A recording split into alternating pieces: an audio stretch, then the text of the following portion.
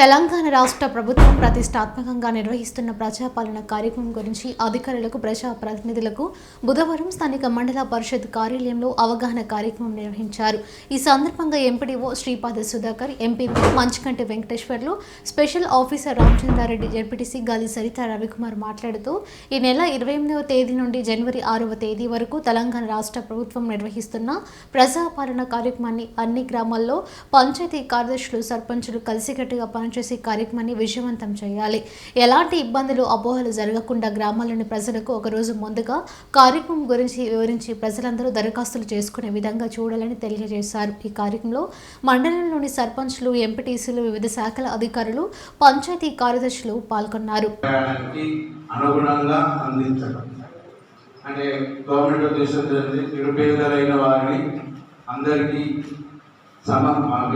ఆదాయం ఇది ఏదైతే మనం ప్రవేశపెట్టిన స్కీమ్స్ అందరికీ అందుబాటులో ఉండాలనే ఉద్దేశంతో చేస్తున్నాం.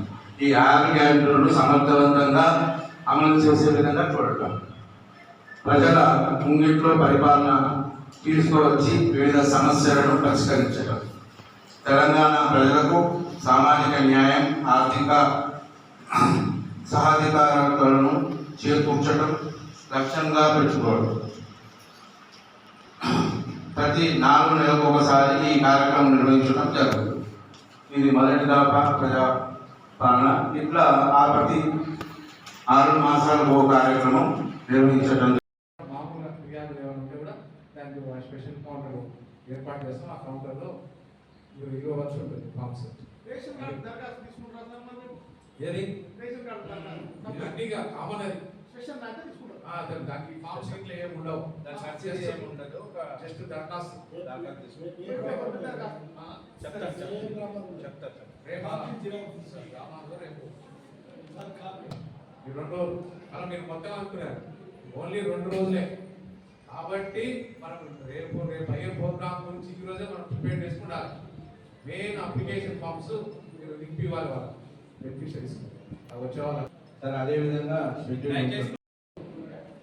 మన ముఖ్యమంత్రి ప్రవేశపెట్టిన ప్రజాపాలన రేపు 28 నుంచి అంటే ఒక 6 రోజులు ఎండిఓ గారు చాలా సీనియర్గా పెట్టినది. ఒక సర్పంచులు, సెక్రటరీ ఇద్దరు కష్టపడాలి. తప్పకుండా ఇద్దరు ఐక్యతతో దరఖాస్తులు కూడా రేపు అనగా ప్రతి ఊరిగా రేపు మన ఊరి కార్యక్రమం ఇక తప్పకొట్టియాలి. ఇంట్రెస్ట్గా చేస్తే చాలా ఫలితం ఉంటుంది. మన ముఖ్యమంత్రి గారు ప్రజాపాలన పేరు పెట్టిండు.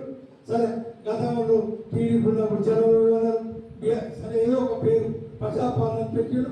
తప్పకుండా అమలు చేస్తానని నేను ఆశిస్తున్నా. మనందరం కూడా ఖచ్చితంగా శ్రమించి అందరి దరఖాస్తులు కూడా ఎవరు సెక్రటరీ కానీ ఎవరితో రాయించి దరఖాస్తు అక్కడ వచ్చిన అధికారులకు ఇవ్వాలని కూడా మీ అందరూ చెప్తాను.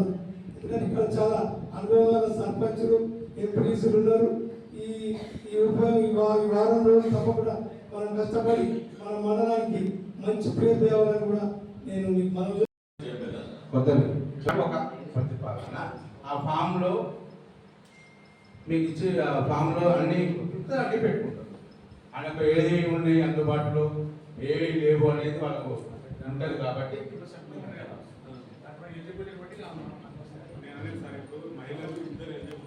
ఒకటే అది క్రెడిట్ ఏరియా ప్రస్తుతము.